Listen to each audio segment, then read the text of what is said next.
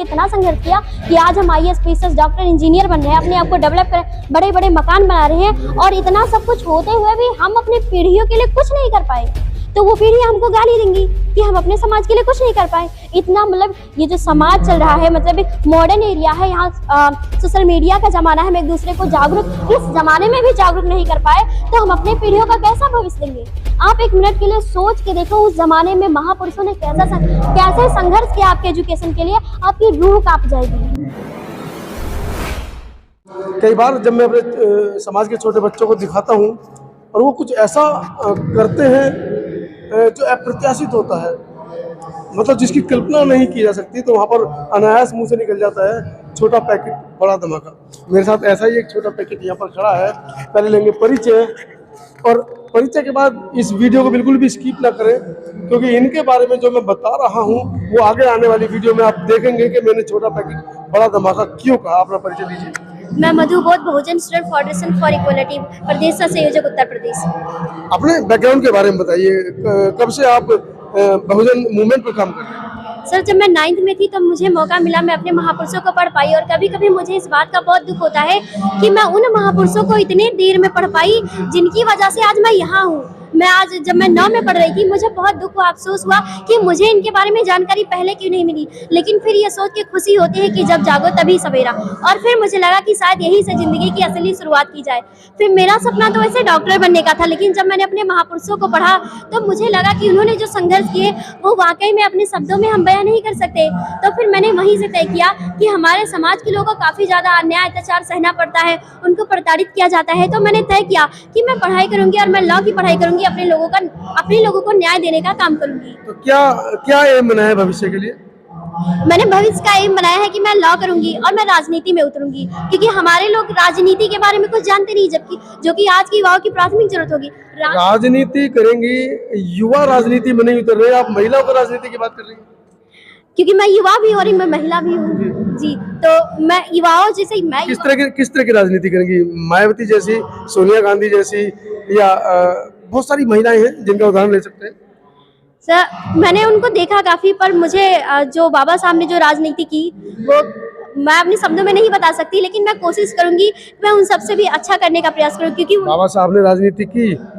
बाबा साहब को पूरा विश्व बड़े श्रद्धा भाव से नमन करता है, लेकिन इसी समाज ने बाबा साहब को जीतने नहीं दिया, 2-2, 3-3 बार चुनाव में हराया उनको, क्योंकि तब अपना समाज पढ़ा लिखा नहीं था, शिक्षित नहीं था। बाबा साहब को मानता तो था, लेकिन हमारे जो समाज में जो चेत के लोग बैठे थे उनके दिमाग में वो चीज जाने ही नहीं देते थे कि बाबा साहब किसकी लड़ाई लड़ रहे हैं और क्यों लड़ रहे हैं। बस यही कारण था कि वो अपने महापुरुष को अपने जो उनके जो लीडर थे, जो उनके नेतृत्व करता थे, उनका सपोर्ट वो ना करके उन लोगों का सपोर्ट किए जो उनके हमेशा विरोध में सोचते थे। क्योंकि छोटी सी उम्र में आपने बहुत बड़ी बात बोली है, और मुझे लगता है कि हमारे दर्शक भी प्रभावित होंगे। अपनी जैसी लड़कियों से क्या आप अपेक्षा करती हैं? मैं उन लड़कियों से यह अपेक्षा करूंगी कि आज की जो ज़िंदगी चल रही है, आज का जो टाइम चल रहा है, वो हम इतना क्रिटिकल कंडीशन चल रहा है कि हम कह भी नहीं सकते, सोच भी नहीं सकते। हमारा एजुकेशन खतरे में है, हमारी महिलाओं के साथ आज भी अन्य अत्याचार बलात्कार होते हैं। एक दक्षिण भारत के एक बहुत महान समाज सुधारक पेरियार रामाई स्वामी थे, उन्होंने कहा था कि मैं किसी समाज की उन्नति तभी मानता हूँ जब उस समाज की महिलाओं की उन्नति हो। यानी रात के अंधेरे में भी अगर कोई लड़की 2-3 किलोमीटर जाए और सुरक्षित अपने घर चली आए, तो मैं मानूंगा समाज डेवलप हो चुका है, समाज प्रगति कर रहा है। तो मैं यही कहूंगी कि महिलाओं को उस चीज को समझने की जरूरत है कि क्या आज के टाइम में महिलाओं को वो सुरक्षा मिल रही है। अगर नहीं मिल रही है तो उनका दायित्व बनता है कि उस सुरक्षा के लिए वो मांग करें। वो उनके साथ अन्याय अत्याचार बलात्कार होते तो उसके लिए वो आवाज उठाएं, क्योंकि जो बीमार होता है वही अपनी बीमारी बताएगा, तभी डॉक्टर दवाई देगा। तो अन्याय अत्याचार जिसके साथ होगा, पहले उसका कर्तव्य बनता है कि वो आवाज उठाए कि मेरे साथ अन्याय अत्याचार होता है, और अगर इसका निवारण नहीं होता है तो हम खुद मैदान में उतरने को तैयार हैं। क्या कहना है इस छोटे पैकेट और बड़े धमाके के बारे में कमेंट सेक्शन में जरूर लिखिएगा। और हमारे समाज की हर बेटी को मैं हर वीडियो में कहता हूँ कि इस गुड़िया की तरह समाज की हर बेटी को निर्भीकता से अपना पक्ष रखना होगा, नहीं तो हम पुनः एक बार बाबा साहब वाले जमाने में वापस जा रहे हैं। वीडियो के बारे में कमेंट जरूर कीजिएगा। धन्यवाद। Thank you. मेरा नाम मधु बोध है, मैं बहुजन स्टूडेंट फेडरेशन फॉर इक्वलिटी से प्रदेश सदस्य उत्तर प्रदेश का संयोजक हूँ जी। बहुजन स्टूडेंट फेडरेशन फॉर इक्वालिटी। इसमें पहले मैं बताना चाहूँगी, पहले मैं सर परिचय देना चाहूँगी बहुजन स्टूडेंट फेडरेशन फॉर इक्वालिटी है क्या। इसमें क्या होता है ना कि मैं प्रदेश से संयोजक उत्तर प्रदेश से, तो इसमें क्या होता है हमारे SC OBC ST मूल निवासी जितने भी स्टूडेंट हैं उनके साथ स्कूल कॉलेज यूनिवर्सिटीज़ में अन्याय अत्याचार होते हैं, जातिवाद देख के उनको नंबर दिया जाता है, और यहाँ तक कि इससे ग्रसित होकर हमारे स्टूडेंट क्या करते हैं, आत्महत्या कर लेते हैं। उनके माँ बाप गरीब होते हैं, कैसे भी करके उनको पढ़ाते हैं, लेकिन हमारे बच्चे जब आगे बढ़ने लगते हैं तो क्या होता है कि उनको पीछे कर दिया जाता है, उनका नंबर काट दिया जाता है और मजबूरन हमारे लोग को आत्महत्या करनी पड़ती है। होता है ना ऐसा। तो बहुजन स्टूडेंट फेडरेशन इक्वालिटी में क्या है ना कि हम अपने समाज के, अपने मूल निवासी, जो हमारे मूल निवासी बहुजन समाज के जो छात्र हैं, हम उनके लिए आवाज़ उठाते हैं। एक बड़े पैमाने पर हम उनके लिए, एक बहुत बड़े पैमाने पर हम उनके लिए आवाज़ उठाते हैं कि अगर कहीं भी किसी के साथ हमारे मूल निवासी बहुजन स्टूडेंट जो भी हैं, हमारे मूल निवासी, हमारे SC OBC ST and minority के स्टूडेंट, उनके साथ कहीं भी कोई अन्य अत्याचार होता है तो आप हमें बुलाइए, हम आएंगे, हम आपके हक अधिकार और आपके साथ कहीं भी, यहाँ तक कि कहीं कहीं यूनिवर्सिटी कॉलेज में क्या होता है, हमारे बच्चों को पानी पीने का भी अधिकार नहीं मिलता है ना। बहुत हम लोग खुद अपनी आंखों से देखते हैं कि किस तरह जातिगत भेदभाव हम लोग के साथ किए जाते हैं ना। हमारे टीचर जो होते हैं, जो जनरल कैटेगरी, वही हम लोग की तरफ गलत नजर रखते हैं, हमें पीछे ढकेलने का प्रयास करते हैं। तो हमारा काम क्या है कि हम लोग उनको डेवलप करते हैं, हम उनको मजबूती देते हैं कि अगर आपके साथ कहीं अन्य अत्याचार होता है तो आप हमें बुलाइए, हम आपका इंटरनेशनल लेवल तक आवाज़ उठाएंगे और आपके लिए न्याय की मांग करेंगे। आपने नाम सुना होगा रोहित वेमुला का, हमारे समाज से थे, उनकी आत्महत्या करवाई गई जानबूझ के। तो क्या है ना कि हम ऐसा क्यों कर रहे हैं, हमें जो एजुकेशन मिला है वो ऐसे ही नहीं मिल गया। हमारे महापुरुष डॉक्टर भीमराव अम्बेडकर बाबा साहब ने हमें एजुकेशन देने के लिए भारत का संविधान लिख दिया, और भारत का संविधान लिखने से पहले ज्योतिबा फुले ने हम सबके लिए, सावित्रीबाई फुले ने लड़कियों के लिए पहला स्कूल खोला। यह हम लोग को नहीं पता, लेकिन जब अपना इतिहास पढ़ते हैं तो हमको पता चलता है कि हमारे देश में ऐसे भी महापुरुष हुए हैं जिन्होंने हमें पानी पीने तक का भी अधिकार दिया। यानी हमें इस देश में पानी पीने का भी अधिकार नहीं था। हमने सुना है, हमने तो बस देखा है, लेकिन वो अधिकार हमको नहीं था। तो हमारे महापुरुष सम्राट अशोक से लेकर महाराज कनिष्क से लेकर महापद्म नंद वंश तक लेकर हम जितने भी महापुरुषों को पढ़ते हैं वो सब हमारे मूल निवासी बहुजन समाज के महापुरुष हैं। लेकिन कभी हमको स्कूल कॉलेज यूनिवर्सिटी में नहीं पढ़ाया जाता है। क्यों? क्योंकि अगर हम उनको पढ़ेंगे, उनके संघर्षों को जानेंगे तो हम उनकी तरह हम भी अपने हक अधिकारों के लिए लड़ाई लड़ेंगे। तो हमको कभी मौका ही नहीं दिया जाता कि हम अपने लोगों को पढ़ें।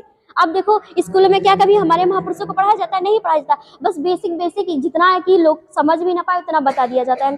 तो हम क्या करते हैं कि अपने लोगों को जागरूक करते हैं, हमारी मीटिंग लगती है, हम बहुत बड़े बड़े लेवल तक जाते हैं, बुलाया जाता है, हम अपने लोगों को जागरूक करते हैं, एकत्रित करने का काम करते हैं कि हमारे लोग संगठित हो, हमारे लोग संगठित हो, हम लोगों को समझाते हैं कि हमारे साथ अन्याय अत्याचार हो रहे हैं, हमें ये जिंदगी ऐसे ही नहीं मिली है। अगर अपने समाज के लिए, हमारे और आपके लिए, हमारे आपके भविष्य के लिए हमारे महापुरुष अपनी जिंदगी कुर्बान कर सकते हैं तो अपनी एक जिंदगी लगाने में हमारा क्या जाता है? कम से कम हमारी आने वाली पीढ़ियां तो सुधर जाएंगी। अब आज का टाइम हम देखते हैं तो हमारे लिए एजुकेशन कितना मुश्किल हो गया, कितनी महंगी शिक्षा हो गई। आज के माँ बाप सोचते हैं कि हम रोटी के लिए कमाएं कि अपने बच्चों की शिक्षा के लिए कमाएं, है ना? ऐसा होता है। तो वो चीज हमें अपना एजुकेशन बचाना है। मान लो मेरा एजुकेशन कहीं से कोई रोक रहा है तो हम लोग मिलकर आवाज उठाते हैं तो हमारा एजुकेशन सेफ रहेगा। पहले तो हमारा दायित्व बनता है कि हम अपने हक अधिकारों की आवाज उठाएं, हम अपने हक अधिकारों को जानें। जब तक हम अपने हक अधिकारों को नहीं जानेंगे हमको पता कैसे चलेगा हमारा हक अधिकार क्या है, हम कैसे आवाज उठाएंगे? तो पहले हमारी प्राथमिक जरूरत होनी चाहिए कि हम अपने महापुरुषों को पढ़ें। इस देश में ऐसे तमाम महापुरुष हुए हैं जिनको आज तक ना कभी पढ़ाया गया, ना कभी बताया गया। सही मायने में देखा जाए तो हम पढ़ते हैं। मैं किसी का नाम नहीं ले रही हूँ कि किन लोगों ने मुझे सताया, क्योंकि मैं मोहताज नहीं कि मैं ऐसे लोगों का नाम लूँ। आप लोग बुद्धिजीवी हैं, पढ़े लिखे लोग हैं, समझदार हैं। हम बुद्धिजीवी जो है इशारों में बात करते हैं। आज हमें और आपको बोलने की भी फाउंडेशन है। हमारी आपकी आज़ादी खत्म हो गई, शिक्षा की आज़ादी खत्म हो गई, रोजगार की आज़ादी खत्म हो गई, आप अपनी मर्जी से कहीं आ जा नहीं सकते, इसकी आज़ादी खत्म हो गई, है ना? अब मैं बताती हूँ कैसे। पहले आपके पास फोन होता था, आप तय करते थे 10 का रिचार्ज करवाना है, 20 का रिचार्ज करवाना है या 40-50 का रिचार्ज करवाना है। लेकिन फोन आपका, पैसा आपका, तय कौन करता है रिचार्ज कितने करवाना? वो तय करता है। 200 का करवाओगे, 300 का करवाओगे, आपकी आज़ादी खत्म। है ना। महंगाई इतनी बढ़ गई है कि वो तय करते हैं आप अच्छे वाली सब्जी खाओगे कि सस्ती वाली सब्जी खाओगे। तो आपका जितना बजट होगा आप उसी हिसाब से खाओगे, नहीं तो आपके शरीर में पोषक तत्व कैसे जाएंगे, आपका मानसिक शरीर विकास कैसे होगा। यानी आपके खाने तक की भी आज़ादी खत्म हो गई। पेट्रोल डीजल इतने महंगे हो गए हैं कि इमरजेंसी पड़ने पर आप 5 मिनट का रास्ता तय करते थे, इतनी भी आज़ादी नहीं है कि आप 5 मिनट का रास्ता आप मिनटों में यूं तय कर लें, बल्कि आप पैदल साइकिल का यूज करना पड़ता है। इतनी आज़ादी, मतलब आपको आने जाने की भी आज़ादी खत्म। आपके पास सिर्फ एक ही आज़ादी बची हुई है, सिर्फ एक ही आज़ादी बची है, वो आज़ादी है आपके बोलने की आज़ादी, है ना। आपके पास सिर्फ बोलने की आज़ादी। अगर आप अपने हक अधिकारों के लिए नहीं बोलते हो तो ये आज़ादी भी चली जाएगी। आपको पता ही नहीं चलेगा कि आपकी आने वाली पीढ़ियों का भविष्य कैसा है। अगर हम अपने महापुरुषों के संघर्षों को ध्यान में ना रखते हुए हम अपने हक अधिकारों के लिए नहीं बोलते, नहीं आवाज उठाते, तो आने वाली पीढ़ियां हमें गाली देंगी कि उस परिस्थिति में भी हमारे महापुरुषों ने हमारे लिए इतना संघर्ष किया कि आज हम IAS PCS डॉक्टर इंजीनियर बन रहे हैं, अपने आप को डेवलप कर बड़े बड़े मकान बना रहे हैं, और इतना सब कुछ होते हुए भी हम अपनी पीढ़ियों के लिए कुछ नहीं कर पाए। तो वो पीढ़ी हमको गाली देंगी कि हम अपने समाज के लिए कुछ नहीं कर पाए। इतना, मतलब ये जो समाज चल रहा है, मतलब एक मॉडर्न एरिया है, यहाँ सोशल मीडिया का जमाना है, हम एक दूसरे को जागरूक इस जमाने में भी जागरूक नहीं कर पाए तो हम अपने पीढ़ियों का कैसा भविष्य देंगे। आप एक मिनट के लिए सोच के देखो, उस जमाने में महापुरुषों ने कैसे संघर्ष किया आपके एजुकेशन के लिए, आपकी रूह कांप जाएगी। पानी पीने तक का अधिकार नहीं था, घर से निकलने का अधिकार नहीं था, बोलने का अधिकार नहीं था, लेकिन फिर भी उन्होंने संघर्ष किया और आपको आज की जिंदगी दी और आप अच्छे से जी रहे हो। मैं आज के युवाओं को बस इतना ही संदेश देना चाहूंगी कि आप दिखावे की जिंदगी में मत जियो। दिखावे की जिंदगी में कुछ नहीं रखा है। आप दिखावे की जिंदगी ज्यादा से ज्यादा 30 साल 40 साल ही जी सकते हो, लेकिन आपका जो आने वाला कल है वो आपके ही हाथों बर्बाद ना हो जाए, मुझे इस बात का डर है। इसलिए मैं आप लोगों को एक संदेश देना चाहूंगी कि अपने फ्यूचर, अपने भविष्य को ध्यान में रख के काम करो, है ना।